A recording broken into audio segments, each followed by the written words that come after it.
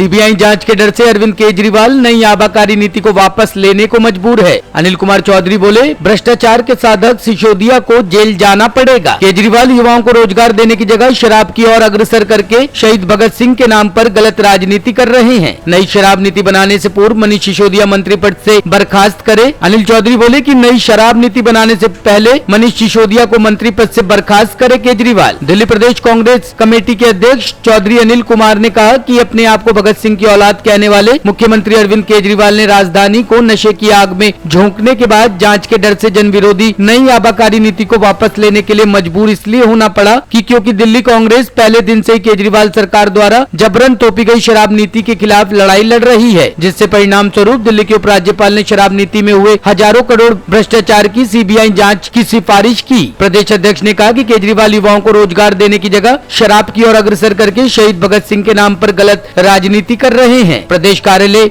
में आयोजित संवाददाता सम्मेलन में प्रदेश अध्यक्ष चौधरी अनिल कुमार के साथ पूर्व मंत्री डॉक्टर नरेंद्र नाथ, पूर्व विधायक विजय लोचब और कम्युनिकेशन विभाग के वाइस चेयरमैन अनुज आत्रे भी मौजूद थे। चौधरी अनिल कुमार ने कहा कि उपराज्यपाल द्वारा नई आबाकारी नीति को लागू करने में हुए भ्रष्टाचार की जांच की गई सिफारिश का प्रदेश कांग्रेस स्वागत करती है। प्रदेश अध्यक्ष ने मांग की कि सरकार द्वारा 6 महीने में नई शराब नीति दोबारा बनाने से पहले अरविंद केजरीवाल उप मुख्यमंत्री मनीष सिसोदिया से इस्तीफा ले। यदि फिर मनीष सिसोदिया ही शराब नीति को दिल्ली के लिए बनाने में घोटाला नहीं होगा, इसकी क्या गारंटी है। उन्होंने कहा कि मुख्यमंत्री की उपराज्यपाल के साथ मीटिंग में शराब नीति को वापस लेने की चर्चा इसलिए हुई क्योंकि केजरीवाल जेल में जाने से बचाने की कोशिश कर रहे हैं, परंतु हजारों करोड़ के भ्रष्टाचार की जांच के बाद मनीष सिसोदिया का जेल जाना तय है। आज सिसोदिया ने प्रेस वार्ता की है तो लगे हाथों उस पर भी मैं आपको 1-2 प्रश्नों के जवाब दे देता हूँ अपनी इस बात में। सिसोदिया ने बड़े गर्व से कहा है कि कोई दुकान नहीं खुली, झूठ बोल रहे हैं, झूठा व्यक्ति है। 2015 के बाद से वो बोल रहे हैं, लेकिन जैसे मैंने कहा 2015 से 21 के बीच में लगभग 420 नई शराब की दुकानें खोली गई हैं। नई शराब की दुकानें पुरानी में जोड़ लीजिएगा।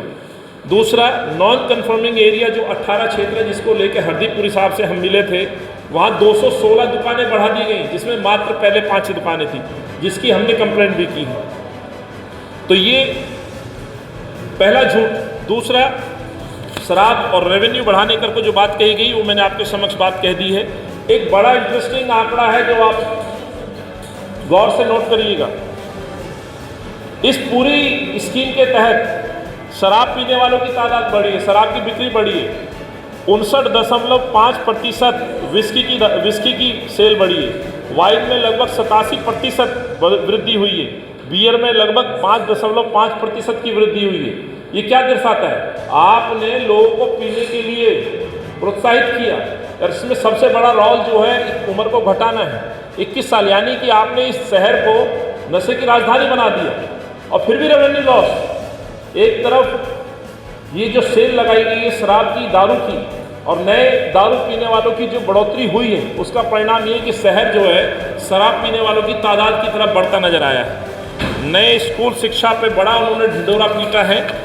तो ये एक वो सच्चाई है जो आप लोगों ने ही रिपोर्टिंग की है।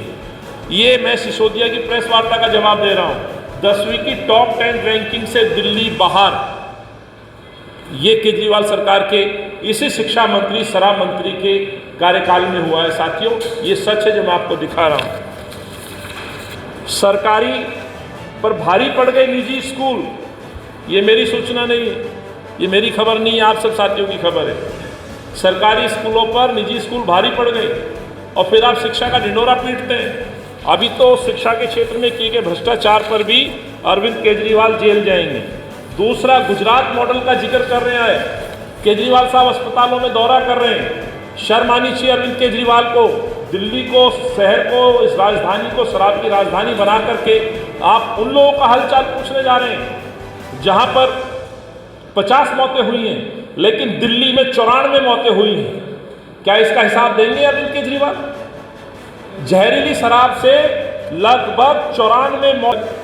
ये ऐसे कुछ इश्यूज, ऐसे बिंदु थे जहाँ पे हमने अपनी आवाज़ उठाई और मुझे गर्व है कितनी ठेके हमने कोर्ट में जाकर के लड़ाई लड़ने के बाद बंद कराए। इसमें एक ठेका विनोद नगर का वो ठेका भी है जहाँ मनीष सिसोदिया ने अपना चुनाव कार्यालय खोला था 2020 में जब चुनाव हुआ, और उस जगह पर सिसोदिया ने खुद, शराब मंत्री ने वो स्थान जो है शराब ठेका खुलवाने में किया, जिसके खिलाफ मैं धरने पे बैठा हूँ। उसकी लड़ाई हम कोर्ट में लड़े और दुख होता है उस जहाँ ये शराब का ठेका खोला गया वहीं पे प्राइमरी स्कूल है एमसीडी का, प्ले स्कूल है, वहाँ पर कई और ऐसे धार्मिक स्थान हैं, लेकिन सब चीज़ को दरकिनारा करते हुए ठेका खोलना कहीं ना कहीं अपने कार्यकर्ता, अपने परिवार के लोगों को ऑबलाइज करने वाला काम है। और ऐसा नहीं हुआ होता तो ये इत्तेफाक नहीं है साथियों।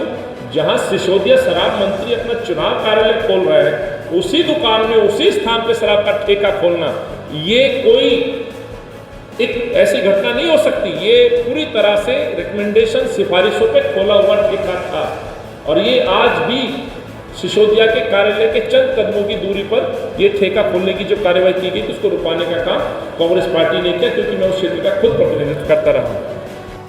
हमने ये लड़ाई जनता के लिए लड़ी, मुकदमे हम पे लगे, हमें कोई उसका डर नहीं है। जनहित के लिए, लोगों के लिए हमने काम किया, उसमें हमने पुलिस कार्रवाई भी झेली, लेकिन आज सच सामने आया है। आज भ्रष्टाचार इसमें साबित हो रहा है, पॉलिसी को वापस लिया जा रहा है, ये बड़ी बात है। टॉप स्टोरी ब्यूरो के लिए दिल्ली से रवि डालमिया की रिपोर्ट।